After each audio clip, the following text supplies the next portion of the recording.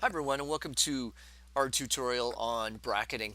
In the last unit we used DSLR cameras to take some bracketing photos, but we didn't really do much with them because what we're going to do is show you, once you have the photos, what you could do with them in Photoshop. So we are going to look at bracketing and how we can use bracketing to create HDR images, some really interesting images with some really cool colors. So to do that, first thing is we are going to go and open some photos. Now, if you remember from the last unit, we took some bracketing photos, and what that does is we took a photo that has a regular exposure. We took a photo right after that that is slightly underexposed, and then we took one after that that is slightly overexposed. You could actually do this with 4 pictures or 5 pictures. We're just going to do this with 3 pictures. I'm going to select these three, hold down your control key and just click on each one and go to open. So we're going to open those 3 images. Now, this was taken just on the edge of Lake Superior in the summertime, and if I go down to my photo bin here, I can see these 3 images. I've got these 3 images up here. Now, you can see they were taken one right after another, just a couple seconds in between. So the sun really hasn't moved much during this time. So we want to take bracketing photos in the correct way in order to get this effect. Now, what you're going to do is you're going to go to Enhance, and you're going to go to Photomerge.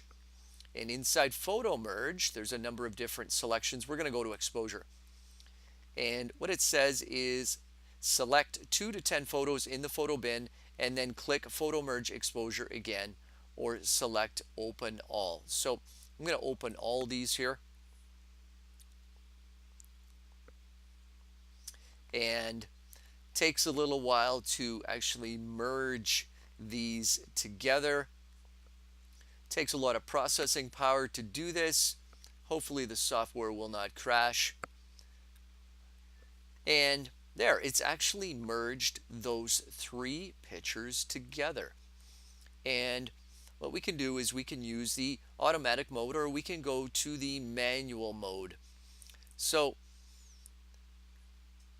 what we can do with the sliders is we can control the amount of highlights. So the brighter colors in this, or we can look at the shadows, for instance. So I want you to just play around with this here and just use the slider bars, and you can see what kind of changes happen. So we can bring down the highlights here. Now it takes a little while for your computer to make those changes. We can adjust the shadows here. And again, it takes your computer a little while just to adjust those. And we can also adjust the saturation.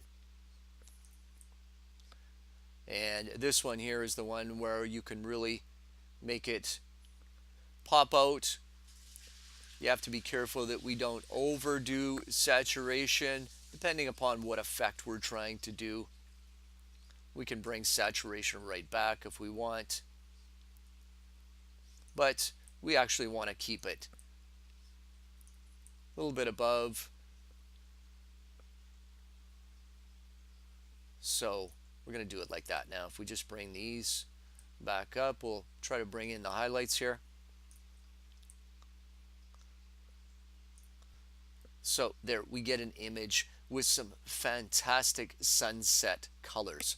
So it's taken the 3 photos, it's merged them together, it's taken the dark tones from the underexposed picture, it's taken the